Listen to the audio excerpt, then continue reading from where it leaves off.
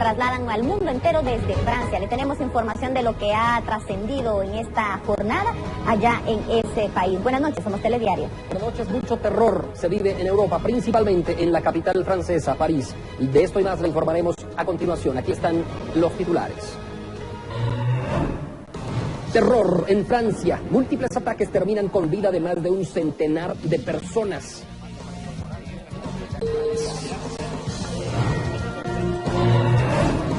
Presidente francés decreta estado de emergencia y ordena cierre de fronteras. Jornada violenta en capital francesa es calificada como un ataque a la humanidad por gobernante de Estados Unidos, Barack Obama. Frustran plan de fuga de presunto narcotraficante Eduardo Villatoro, alias Guayo Cano. CICIG presenta octavo informe anual de labores destacando desarticulación de estructuras y combate a corrupción. Saber que hay una posible especulación de precios, presentar las denuncias al Ministerio Público para que se investigue y se castigue con todo el peso de la ley. Denuncian a empresas distribuidoras por incremento a gas propano. Todo listo para el primer abierto de tenis en Guatemala. Así comienza Telediario, emisión estelar.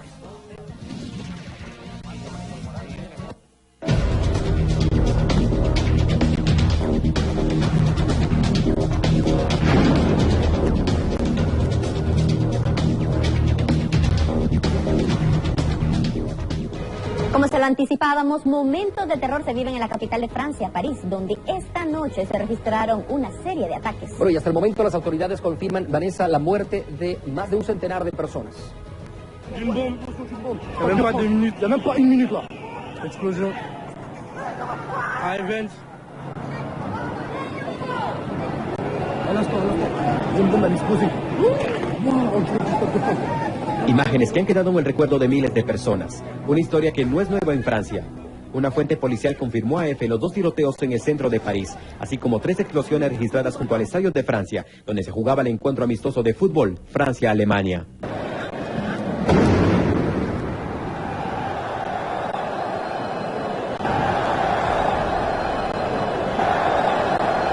En este caso, el director deportivo de la selección alemana de fútbol, Oliver Bierhoff, describió la gran inseguridad, miedo y consternación reinante en el vestuario del equipo cuando en la ciudad se registraban tiroteos y explosiones. En declaraciones a la televisión pública alemana ARD, Bierhoff describió el sentir de la selección, mientras que el entrenador Joachim Löw aseguraba que todos se encontraban horrorizados y conmocionados con los atentados.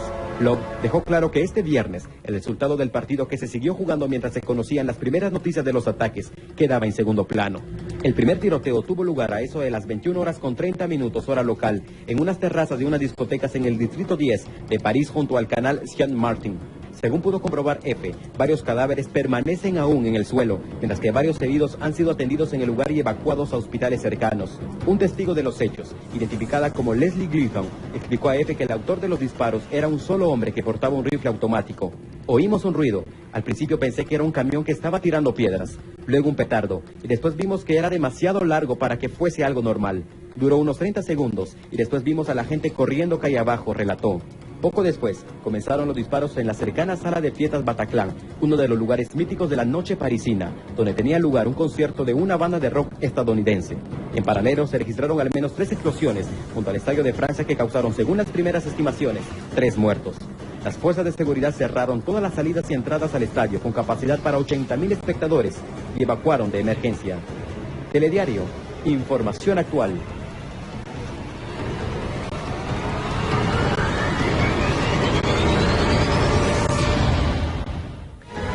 Los autores de uno de los atentados cometidos esta noche en el centro de París gritaban Allahu Akbar, Alá es el más grande, mientras disparaban con armas automáticas, según un testigo en declaraciones a la emisora France Info.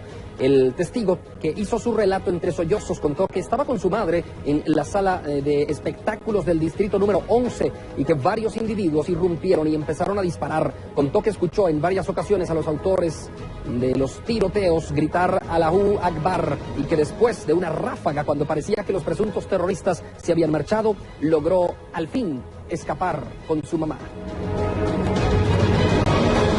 A los pocos minutos que comenzaron los tiroteos y las explosiones en París, Francia, diferentes medios internacionales ya hablaban de 18 muertos en un principio. Posteriormente, aumentaron la cifra a 26. A eso de las 4:30 de la tarde, hora de Guatemala, la agencia EFE confirmaba que al menos 40 personas habían muerto en los tiroteos y ya a esta hora se registran más de 100 personas fallecidas en el centro de París. Y las 3 explosiones en las inmediaciones del Estadio de Francia, en el norte de la ciudad, informaron fuentes policiales al canal de televisión BFM-TV. Esta jornada violenta en la capital francesa fue calificada como un ataque a la humanidad. Así lo dijo el gobernante de Estados Unidos, Barack Obama. Nuestras condolencias más profundas a las familias de aquellos que han muerto, para ofrecer nuestros pensamientos y oraciones a aquellos que han resultado heridos. Hemos ofrecido nuestro pleno respaldo a ellos en esta situación que se está desarrollando todavía. He optado por no llamar al presidente Hollande en este momento, porque mi expectativa es que él está muy ocupado en este momento. Por coincidencia, está hablando a inicios de este día, está hablando para los preparativos de la cumbre G20, pero espero poder tener comunicación con él en los próximos días y vamos a coordinar las mejor maneras de hallar para participar en las pesquisas de lo que surja a partir de ahora. Esta es una situación descorazonadora. Nosotros aquí en Estados Unidos sabemos lo que es. Hemos pasado por estos episodios nosotros mismos. Y cuando este tipo de ataque ocurre, siempre hemos podido contar con el pueblo francés para que estén con nosotros. Han sido un socio antiterrorista extraordinario y nosotros planeamos estar con ellos de la misma forma. Estoy seguro de que los próximos días vamos a saber más acerca de cómo ocurrió. Mis equipos se asegurarán de estar en contacto con las autoridades francesas para darles información adecuada. No quiero especular sobre quién es responsable, pero parece todavía podría haber actividad. Actividad peligrosa en este mismo momento, así que hasta que sepamos de las autoridades francesas de que la situación está bajo control y que tengamos más información.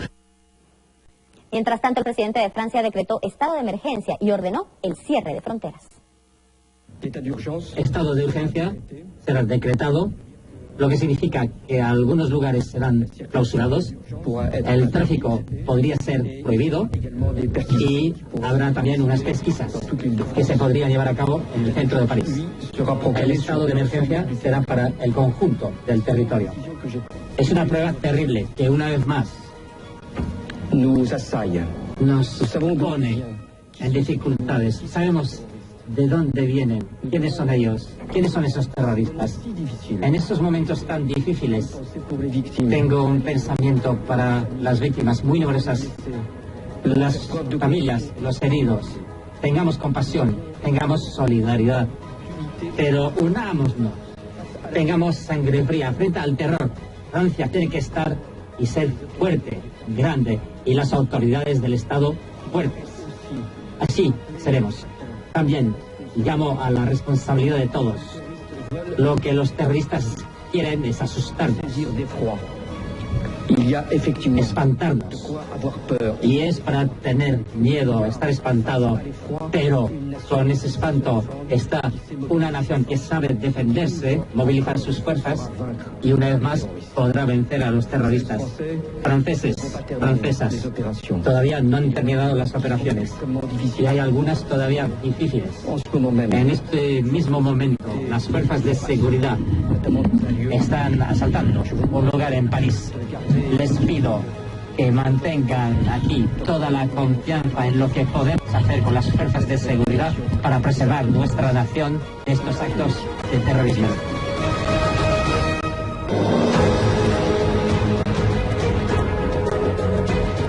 Nuestro jefe de información, Alexis Ponce, tiene información importante desde sala de redacción. Hay actualización en torno a este tema, así que vamos con Alexis. Adelante, buenas noches.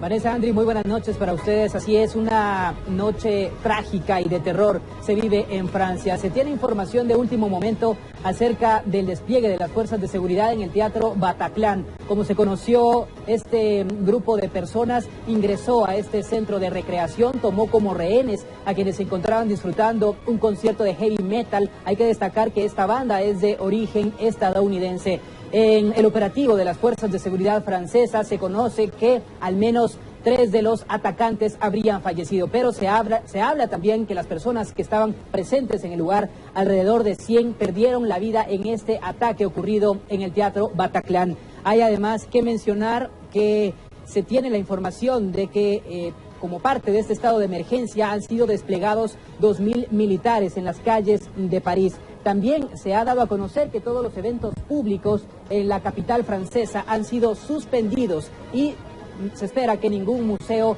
esté abierto en las próximas horas. También el presidente de Francia, François Hollande, ha sido enfático al indicar que lucharán en contra de los terroristas y de los responsables de este atentado que ha causado dolor e indignación a nivel mundial. Pero los mandatarios a nivel internacional también se han pronunciado y vamos ahora a mostrarle en pantalla algunos de los comentarios que se tienen de los diferentes jefes de gobierno, como por ejemplo Mariano Rajoy, que ha indicado que está conmocionado por las noticias que nos llegan desde París. Francia tiene a su lado al pueblo español en estos momentos tan difíciles. Otro de los gobernantes que también se ha expresado es Enrique Peña Nieto, el presidente de México. Expresamos nuestra solidaridad con el pueblo de Francia y nuestras sentidas condolencias a los familiares de quienes perdieron la vida.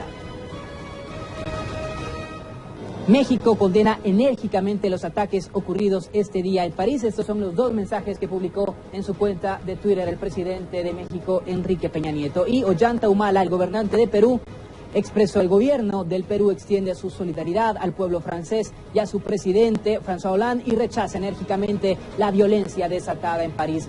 Además, también en los últimos momentos, la Cancillería guatemalteca también se ha pronunciado y ha emitido un comunicado donde condena enérgicamente estos atentados ocurridos en Francia. Hay también que resaltar algo importante, Andy, Vanessa y amigos televidentes, que se desarrollaba un partido de fútbol amistoso entre Francia y Alemania cuando ocurrieron explosiones. Esto fue alrededor del medio tiempo de este encuentro. El presidente de Francia, François Hollande, estaba en este estadio presenciando el encuentro y fue al medio tiempo cuando los cuerpos de seguridad inmediatamente le evacuaron y le informaron de lo que estaba ocurriendo. A esta hora en la capital parisina hay un amplio despliegue de fuerzas de seguridad, las fronteras han sido cerradas, además los vuelos tampoco en este momento están funcionando y es complicado para las personas que desean llegar a la capital francesa o bien desean salir de este lugar. Vuelvo con ustedes, compañeros, adelante. Alexis Ponce, muchas gracias por la información. Sin duda alguna, los ojos del mundo se han volcado a Francia y habrán más detalles por esclarecer en torno a este suceso que ha ocurrido en este día. Nosotros vamos a una pausa comercial y en breve seguimos con más noticias.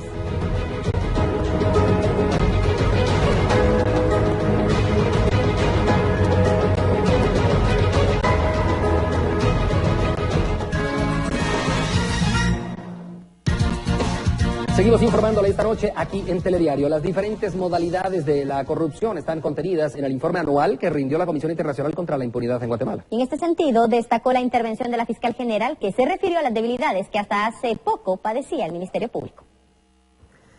Esa formidable expresión de energía ciudadana, de cuya espontaneidad nadie tuvo duda, no solo debe conservarse y acumularse, sino que es preciso que busque canales de organización si es que se quiere participar en serio en el rescate de la institucionalidad.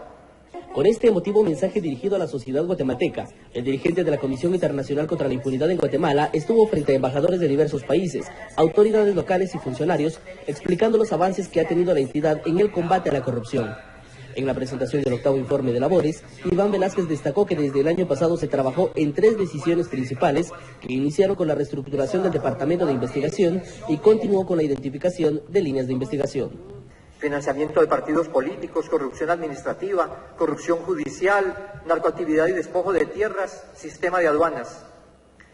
Los casos más emblemáticos que se desarrollan tras encontrar rutas de investigación son el de defraudación aduanera, por el cual son procesados el expresidente y exvicepresidenta del país. Asimismo, el de plazas fantasmas en el Congreso de la República, cobro de sobornos en el sistema de justicia para resoluciones y otros particulares por los que se ha solicitado retiro de inmunidad, los cuales se enmarcan en cifras concretas. Fueron presentadas ante los tribunales de justicia 21 investigaciones en contra de estructuras criminales en el periodo reportado. En ellas, 184 personas fueron imputadas y 183 se encuentran ligadas a proceso penal. Adicionalmente, se han presentado 20 acciones de remoción de antejuicio. Estas investigaciones han abarcado tanto a funcionarios de los 3 poderes del Estado como a grupos de particulares que de manera independiente o en colusión con los primeros también se han constituido en redes político-económicas ilícitas. Por su parte, la fiscal general del Ministerio Público dio a conocer los nombres de fiscales que le han antecedido en el puesto desde la creación de la CICIG, a quienes han cambiado constantemente, lo cual ha generado inestabilidad. Sirva esto para señalar que la labor de la Comisión Internacional contra la Impunidad en Guatemala ha sido construida en un marco de poca estabilidad institucional en el Ministerio Público. Sin duda, el Ministerio Público y nuestro país aprecian que don Iván Velázquez sea quien conduzca con visión y compromiso a la comisión. Diversos casos que han transformado la historia política del país. La exposición del informe por parte de Iván Velázquez Gómez duró aproximadamente 15 minutos y al concluir fue ovacionado con una extensa ola de aplausos que el público brindó de pie.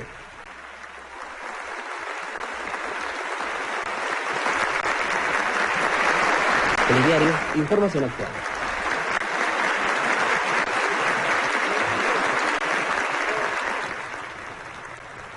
Por su parte, el presidente Alejandro Maldonado y el gobernante electo asistieron también al 8º informe de labores de la CICIG. Ambos resaltan en sus respectivos discursos la importancia de ser constantes en el combate a la corrupción.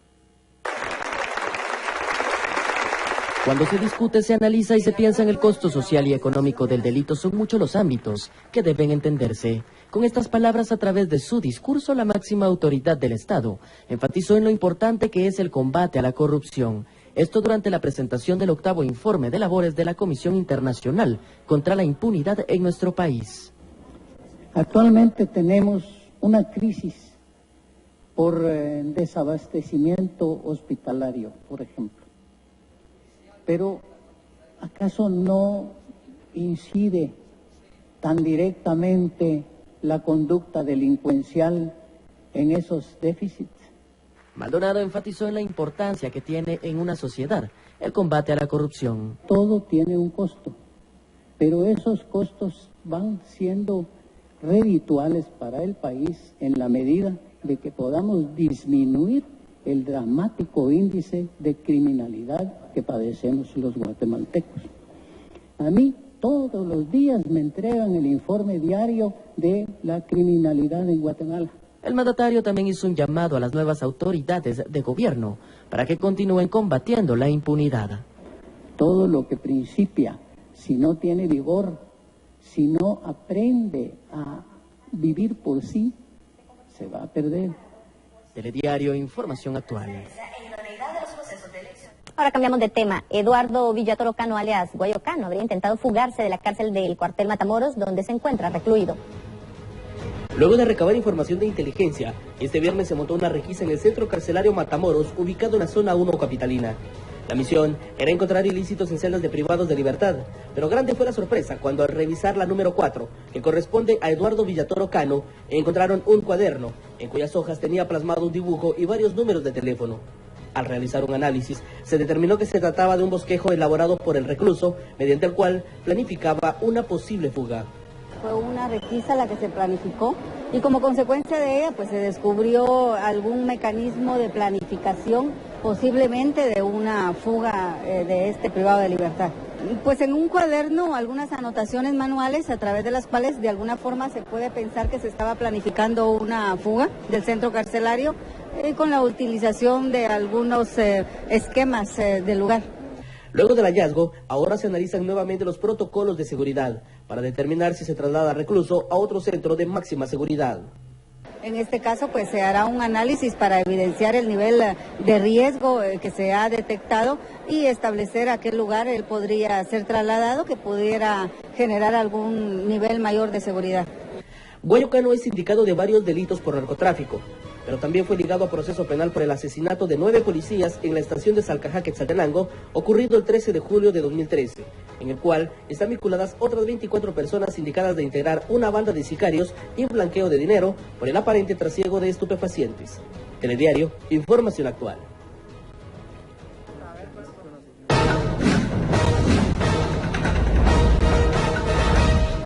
Una mujer falleció en un hecho armado ocurrido en la zona 5 de la ciudad de Guatemala. La víctima llevaba en sus brazos a un bebé. Milton Jack tiene el reporte, así que le damos la bienvenida. Adelante, Milton, te escuchamos.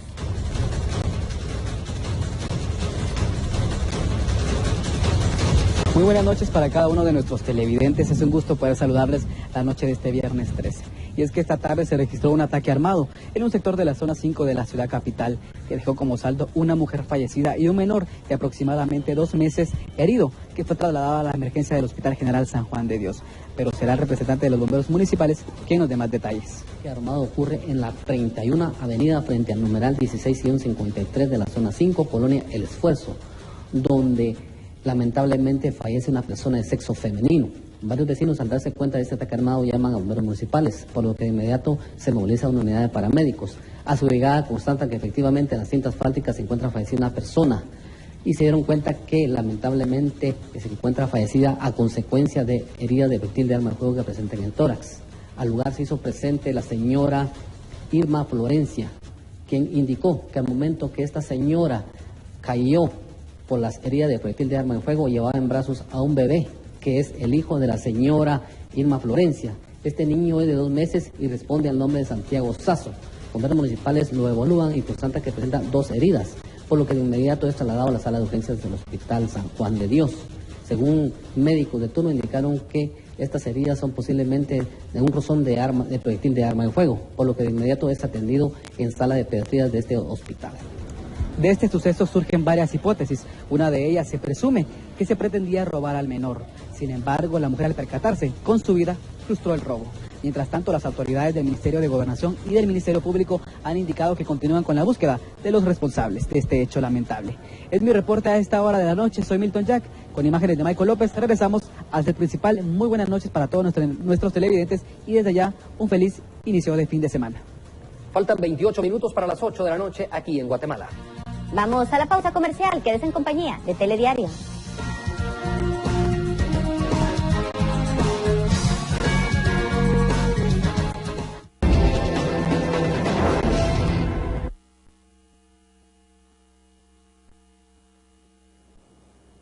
Muy buenas noches, bienvenidos como siempre a su especial. Como ustedes saben, ya finalizamos lo que son los procesos electorales, pero ahora tenemos que aterrizar en cuáles son los problemas que tiene que afrontar el nuevo gobernante, su equipo de trabajo, y no solo ellos, que tenemos que afrontar los diferentes sectores del país para poder colaborar en mejorar para el desarrollo de esta sociedad. Pero uno de los temas importantísimos es el de la impunidad en nuestro país. Hasta hace más o menos 3 años, la Procuraduría de los Derechos Humanos decía que Guatemala tiene un 97% de impunidad en nuestro país. Pero para platicar de esto, tenemos como invitado especial a Cristian Cox, es representante de UNICEF en Guatemala desde julio del 2012. Alejandra Contreras es economista senior de ICEFI, tiene a su cargo coordinar el área de presupuestos públicos y derechos humanos. ¿Cómo se encuentra actualmente el tema de la impunidad en nuestro país? Señor. Yo creo que seguimos con altos niveles de impunidad, hablamos de 90% o más. Depende un poco de qué crímenes. Yo creo que un factor importante es que no hay la capacidad de las instituciones del Estado de responder al nivel de crímenes. Entonces no hay confianza en las instituciones y por eso no hay denuncias tampoco. Alejandra, ustedes hablaban de que hay 5 puntos importantes en este informe que se deben de tocar al hablar de impunidad. ¿A qué se refieren con eso? Pues, bueno, el estudio que presentamos es parte de una serie de boletines que hemos estado realizando desde 2009. Este se llama Un camino hacia la justicia, porque consideramos que todavía estamos en los primeros pasos, en un primer acercamiento a lo que queremos lograr. Se encontraron 5 factores críticos. El primero es que según las encuestas de hogares y de condiciones de vida, el 73% de los hechos delictivos no son denunciados en este país. Esto obedece a factores. Bueno, el 80% de estos casos reportaron que no hay denuncias porque no confían en las autoridades, porque no sirve de nada, porque hay temor a represalias. Es decir, la población se encuentra en una situación con una muy baja presencia del Estado en todo el territorio nacional que ayude o coadyuve a garantizar sus derechos. En segunda instancia, y siguiendo el esquema de la conformación del sistema de justicia y seguridad en el país, vemos un Ministerio Público muy mermado, con muy poca capacidad de reacción y que aún con un gran esfuerzo institucional tiene todavía una capacidad instalada que queda limitada para lo que se logra. Es apenas alrededor del 1.7% de los casos que llegan, de los pocos, digamos, que llegan a ser denunciados, que logran encontrar una sentencia. Un tercer factor está vinculado al organismo judicial y la posibilidad de tener jueces igualmente en el territorio nacional. Los estándares son muy bajos. En Latinoamérica hay alrededor de 11 jueces más o menos. En Guatemala el estándar anda alrededor de 5, cuando mucho. Entonces, vemos que todo esto desemboca en consecuencias como las que vive el sistema penitenciario, por ejemplo. Tiene una alta población de privados de libertad, pero que están en prisión preventiva, y que muchas veces su larga estadía ahí pasa inclusive en los plazos que dicta la ley, porque hay un sistema de justicia que tiene poca capacidad, jueces demasiado, digamos, saturados de trabajo para resolver todos los casos que llegan. Yo estoy viendo que usted también ha estado en países como Nueva York, Ginebra, Indonesia, Afganistán, Haití, ¿verdad? En comparación en Guatemala, ¿cómo estamos en el rango de impunidad? ¿Somos de los países que más impunidad tenemos en América Latina? En comparación de estos otros países, bueno, Estados Unidos, en Europa, Haití también, Mauritania, Afganistán, tenemos aquí una impunidad más alta y tenemos más violencia. Tenemos un nivel de homicidios que es más alta que durante el conflicto armado en Guatemala, que muestra una situación muy extraña, ¿no? Y tenemos el nivel de homicidios de uno de los más altos en el mundo.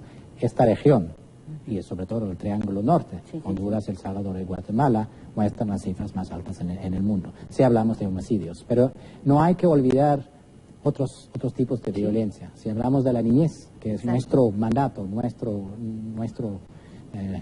campo de batalla, vemos que sobre todo violencia sexual, maltrato infantil, son los hechos delictivos en contra de la niñez más frecuentes. Tenemos en el Ministerio Público 134 denuncias diarias en el tema de la niñez. Y tenemos que agregar 40 casos de niñas y niños que se quedan huérfanos después de la muerte o homicidio de sus padres, diarios. Esto es muy alto, es dramático, y como comenté antes, la capacidad no existe para responder a estas denuncias. Esto es preocupante. Estamos hablando de 134 denuncias diarias en el tema de la niñez y de los jóvenes. ¿Se han determinado cuáles son las causas? ¿Por qué tanta violencia hasta este sector? Yo creo que es no solamente en contra de la niñez, en contra de los adultos también. Tenemos una cultura de violencia, no se responsabiliza, no se denuncia, hay por miedo de las consecuencias de denunciar, no hay esta vigilancia o esta llamada a la atención. Entonces es como aceptado, es normal ver violencia, diferentes tipos. Empieza en la casa, en los hogares. Hay un nivel de violencia dentro de los lugares, dentro de la familia, muy alta. Si hablamos de violencia sexual, sabemos que hay un nivel de embarazos en adolescentes muy alto, uno de los más altos en el mundo, y 80% de esos casos son violaciones por el padre o un hombre de la familia.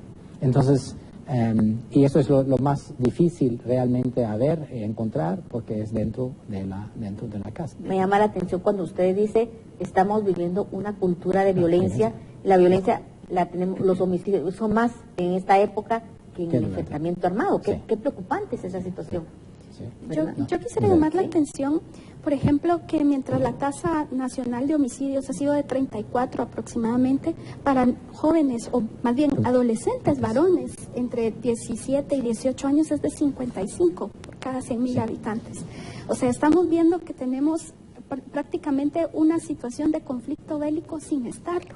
Son nuestros adolescentes, nuestra juventud, la que está padeciendo sobre todo los efectos de esta violencia, que yo quisiera recordar que tiene también causas estructurales vinculadas a la pobreza que vivimos, a la exclusión y a una serie de inequidades que no permiten que los hogares tengan un nivel de vida digno, y que entonces esto genera fenómenos como la migración y fomenta entonces una cultura para que florezcan hechos delictivos. ¿Hay formas de poder luchar contra la impunidad en Guatemala y hay propuestas para esto? Sí. Primero, si queremos fortalecer a alguien o algo como instituciones del Estado, tenemos que invertir. Nosotros creemos firmemente que el presupuesto asignado a las instituciones del Estado muestra la voluntad política. Podemos hablar de todo lo que queremos, pero si no hay presupuesto para financiar algunas instituciones, son palabras vacías. Después hay que asegurar la eficiencia en el gasto y la transparencia en la gestión en general, en el gasto también. Pero hemos hecho este estudio sobre la impunidad y la justicia junto con ICEFI. Hemos hecho en varios otros sectores que afectan a la niñez, desnutrición, salud, agua, educación, etc. Y siempre estamos proponiendo lo que necesitamos como país en el mediano largo plazo, a un horizonte de 8 o 10 años, cuánto cuesta y cómo podemos financiar. No son las únicas soluciones, no son las únicas propuestas, pero son sugerencias para contribuir al debate nacional, porque hay que debatir esto. Alejandra, al hablar de costos es preocupante porque Guatemala está en una situación complicada. No hay cómo financiar un presupuesto, pero si no hay presupuesto, ¿hay alguna otra forma de poder financiar esta lucha contra la impunidad? Por supuesto. Quisiera traer solamente un punto importante. Claro. Para saber qué presupuesto necesitamos, tenemos que saber qué queremos financiar. Guatemala carece de una planificación de largo plazo. Esto es un tema que tenemos que poner en el debate nacional. Se cuenta ahora con el plan CATUN 2032, pero falta un aterrizaje operativo del mismo para que tengamos claro qué metas, qué objetivos nos planteamos. Tenemos que tener una estrategia integral de desarrollo del país, que no se concentre únicamente en el área metropolitana, que favorezca la presencia del Estado en toda el área rural, sobre todo, que tiene una deuda inmensa en materia de restricciones, de acceso a la salud, de acceso a la educación y a la justicia. Con esto en mente, la serie de boletines Contamos justamente tienen una serie de propuestas articuladas con una visión de mediano plazo, con algunas propuestas para esa planeación operativa. Con base a esto, los cálculos particularmente para el sistema de justicia en este estudio nos salen que de aquí al 2023 requeriríamos una inversión adicional de 1.4 puntos del PIB. En este momento, para este año, la carga tributaria propuesta en el proyecto de presupuesto es 10.4%. La carga tributaria más baja que hay en el mundo, ya lo documentó de esta manera el Banco Mundial. Espacios de cómo financiar esto hay.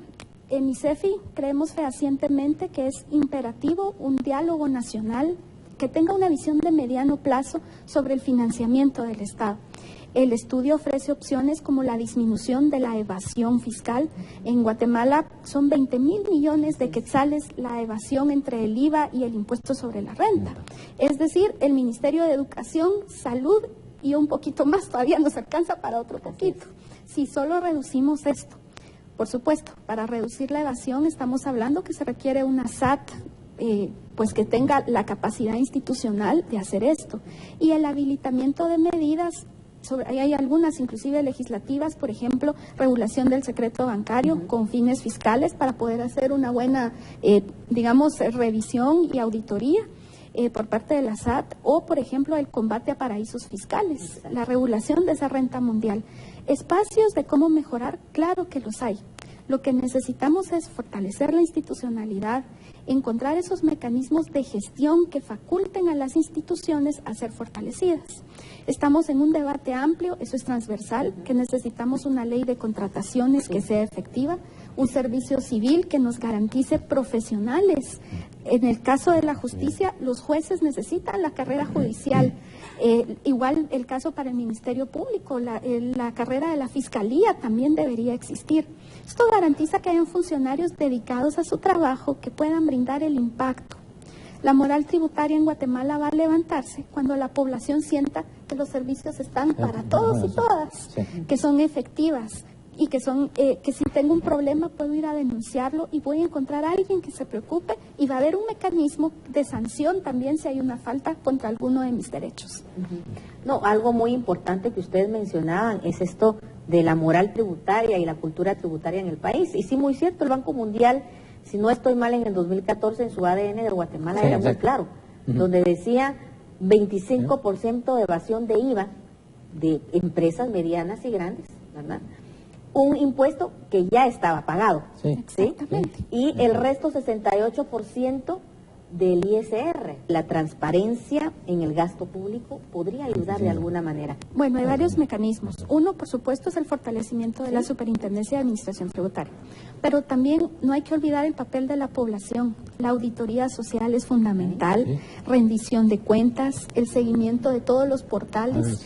Guatemala, aunque nos tengamos algunas críticas, también tiene fortalezas. Somos uno de los países que más publica en línea las cuentas públicas. El sistema de contabilidad integrado es único en Centroamérica, se puede accesar. No es para todos los usuarios, hay que reconocerlo, pero hay manera de obtener información. Entonces, la ciudadanía tiene que jugar un papel muy importante, siguiendo lo que sucede, viendo cómo se usan los recursos, de qué manera se están empleando, porque a todos y todas nos cuesta contribuir, tenemos que trabajar, nos esforzamos. Entonces, cada quetzal debe estar bien empleado para tener el impacto.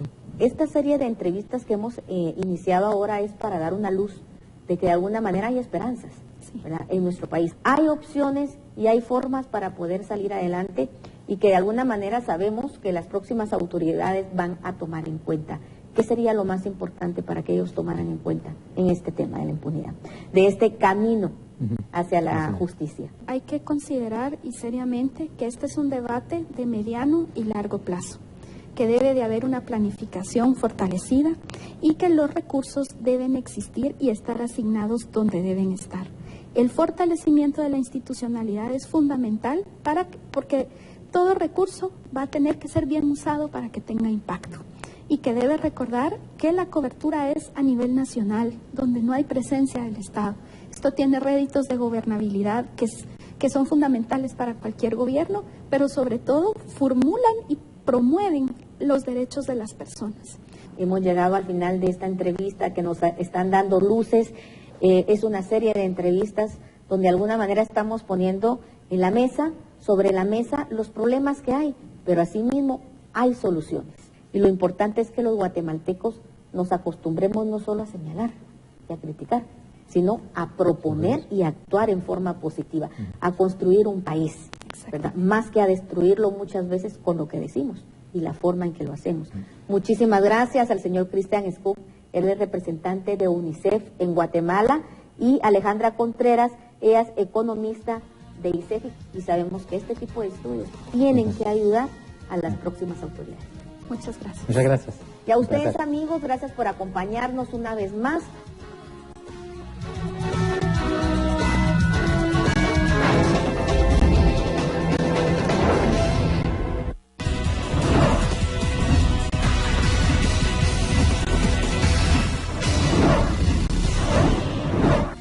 ¿Qué tal? ¿Cómo están? Buenas noches. Bienvenidos a los deportes. Acaba de finalizar el primer tiempo del partido entre Guatemala y la selección de Trinidad y Tobago rumbo al Mundial de Rusia. Después de los primeros 45 minutos 0-0, donde la selección nacional ha desperdiciado al menos 3 oportunidades claras de gol. Vamos a hablar de otros deportes y resulta que el tenis también tendrá un evento importante en nuestro país, el Tigo Open, que por cierto será acumulativo en puntos ATP. La primera edición del Tigo Star Open, torneo profesional de tenis que otorga a los competidores puntos para el ranking profesional ATP, Asociación de Tenistas Profesionales, y una bolsa de $10,000. Iniciará en próximas semanas, y es que el Tigo Star Open se jugará en la modalidad de singles y dobles y reunirá atletas de 27 países de alrededor del mundo, siendo los tenistas mejores rankeados Darian King de Barbados en el puesto 240, Emilio Gómez de Ecuador en el puesto 314 y Marcelo Arévalo de El Salvador con puesto 348 en el ranking mundial. Guatemala estará presente con su raqueta número 1, el reconocido tenista profesional Christopher Díaz. Bueno, como mencionábamos, es sumamente importante para Guatemala ya la realización de un segundo torneo profesional. Esperamos pues cada vez ir incrementando este tipo de eventos, que es lo que necesitamos acá para que todos los chapines con talento pues tengan la oportunidad de jugar en su propio país y tengan acceso a este tipo de torneos que les va a dar la oportunidad de competir en su país, de no gastar, no ingerir en gastos de pasajes, hoteles, comida, etcétera, que tienen que hacer todos los jugadores que vienen a jugar. Tenemos jugadores europeos, sudamericanos, algunos asiáticos. Realmente estos hacen un gran esfuerzo por estar acá y los guatemaltecos pues tenemos, pues obviamente son muy pocos los que logran entrar, pero es una oportunidad y es un primer paso que ya estamos dando en Guatemala para ir mejorando el nivel de tenis de Guatemala. Luego de participar en distintos campeonatos a nivel nacional e internacional, el sensei Hugo Dubois, de 42 años y que actualmente es cinta negra en cuarto dan, compite actualmente en el Mundial de Karate WKC que se realiza en Orlando, Florida, donde después de 3 peleas contra 2 oponentes norteamericanos y un canadiense, se clasificó a la gran final para disputar la medalla de oro en combate cintas negras este viernes a las 14 horas. El atleta guatemalteco participará en la categoría de más de 90 kilogramos. La mañana del pasado domingo se realizó la primera carrera del Día del Árbitro, competencia que se realizó en la calle de los Museos en la zona 13 y que contó con una buena participación de competidores. La finalidad de este evento fue el apoyo a la Fundación Sonrisas que Escuchan, una fundación que pretende disminuir a base del uso de aparatos la sordera de nuestro país. La carrera se realizó como toda una fiesta deportiva y se espera continuar con más ediciones para seguir ayudando. El deporte internacional es presentado por Vitafrenaco. La selección de España superó a Inglaterra con uno de los mejores goles tal vez de esta fecha FIFA. Por otro lado, Francia se impuso a Alemania, pero en relación al caos que se sufrió hoy precisamente en París por los atentados. De cualquier manera, triunfo importante del conjunto galo de cara a la Euro del próximo año. La Municipalidad de Guatemala entregó diplomas a alumnos que finalizaron el curso de inglés 2015. Al señor Álvaro Arzú y a todos sus colaboradores, porque fue una experiencia bien bonita y aparte de eso el aprendizaje que tuvimos ahí fue realmente intensivo, aprendimos bastante, yo les agradezco mucho, tanto a los docentes de Calusac como al señor Álvaro Arzú por este esfuerzo y exhorto a los jóvenes a que se aboquen, realmente el señor Álvaro Arzú se está haciendo bastante por nuestra comunidad. Me parece que es una muy buena manera de beneficiar a los ciudadanos de Guatemala porque nos ayudan, como nos lo dijo el alcalde Arzú, ¿verdad?, que nos abren puertas, ¿verdad? Son oportunidades que nos ayudan a mejorar económicamente y culturalmente. Un agradecimiento enorme por la oportunidad que nos dio a todos los jóvenes en estos 7 meses. Realmente estoy consciente que es una inversión bastante fuerte, porque yo como persona había averiguado antes en otros lugares para aprender inglés y sí es necesario de un dinero bastante alto. Y la verdad lo felicito por eso y pedirle que siga ayudando a más jóvenes, dándoles más becas como la que me dio a mí, para que ellos también puedan tener la oportunidad de ingresar a un mejor trabajo. De vuelta con más información, una denuncia fue interpuesta en el Ministerio Público en contra de las empresas distribuidoras de gas propano. Y es que según las autoridades no hay justificación para un incremento. De acuerdo al artículo 16 de la Ley de Protección al Consumidor y Usuario, nos asiste que ante saber que hay una posible especulación de precios, presentar las denuncias al Ministerio Público para que se investigue y se castigue con todo el peso de la ley. Por supuesto delito de especulación de precios y con el aval del Ministerio de Economía y Energía y Minas, la Dirección de Atención al Consumidor y Usuario DIACO denunció ante el Ministerio Público a diversas compañías importadoras de gas propano por incrementar de manera sorpresiva entre 15 a 60 quetzales este producto el pasado 2 de noviembre. Son las empresas distribuidoras de gas propano, ustedes pueden tomarlas acá de denuncia concreta. Estamos solicitando al Ministerio Público que investigue, ya que observamos que no es correcto estar incrementando precios en estas temporadas, no se justifica, como de acuerdo lo dijo el ente rector, por lo que solicitamos que se investigue y en nombre de todos los consumidores guatemaltecos. Sabemos nosotros en la Dirección de Atención hemos recibido muchísimas llamadas en donde todos están pues molestos e indicando que no están de acuerdo con esta variación de precio, y ya que el ente rector y técnico nos está diciendo que no hay ninguna justificación, nosotros estamos obligados a presentar esta denuncia. Pese a este rechazo, se desarrollaron reuniones entre empresarios y autoridades de energía y minas. Sin embargo, 11 días después del ajuste, los precios no se dieron. Continúan al consumidor el de 25 libras en 90 quetzales, el de 35 libras 126 y el de 100 libras 360, mientras los precios sugeridos por las autoridades son el de 25 libras 75 quetzales, el de 35 libras 105 y la presentación de 100 libras 300 quetzales. Han bajado las ventas y el gas subió, entonces como que afecta bastante a uno. Ahora queda en manos del Ministerio Público dilucidar si existe o no el presunto delito de especulación de precios. Telediario, información actual.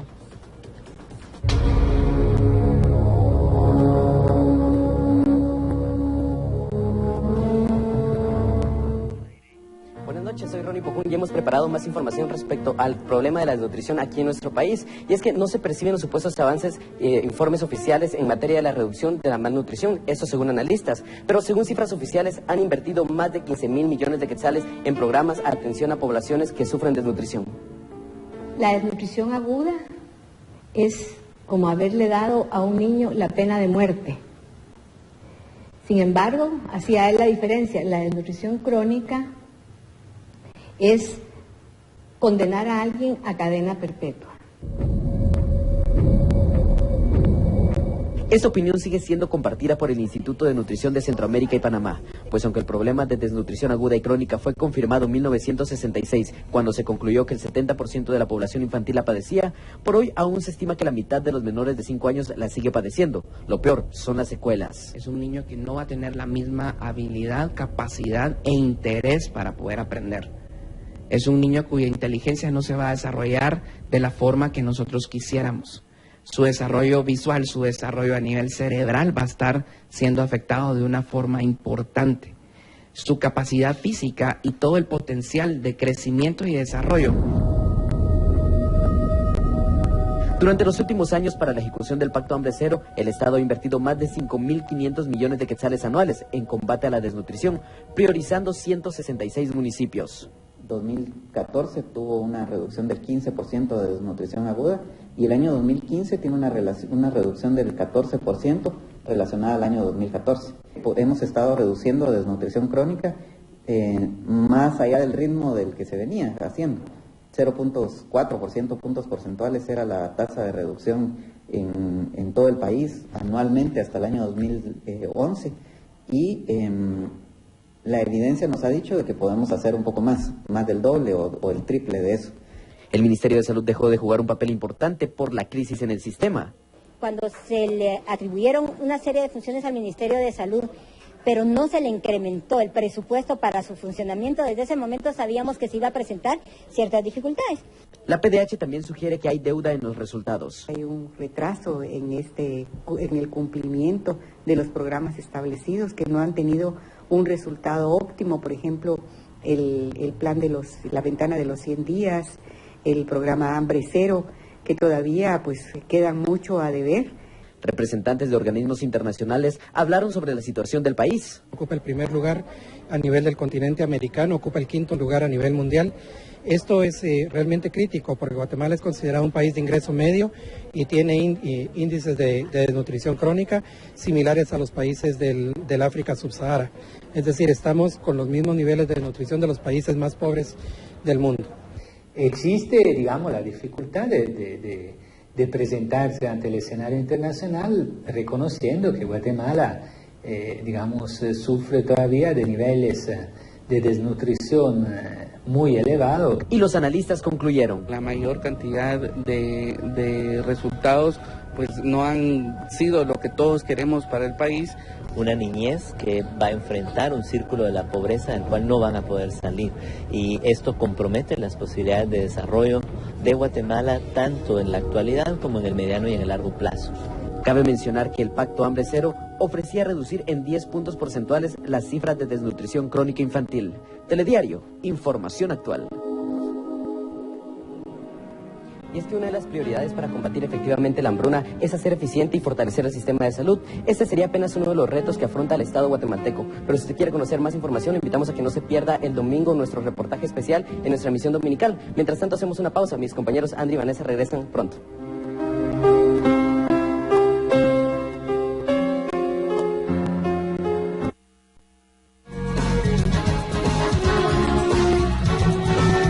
Así nos despedimos esta noche aquí en Telediario. Los esperamos el domingo a las 7 de la noche. ¡Feliz fin de semana!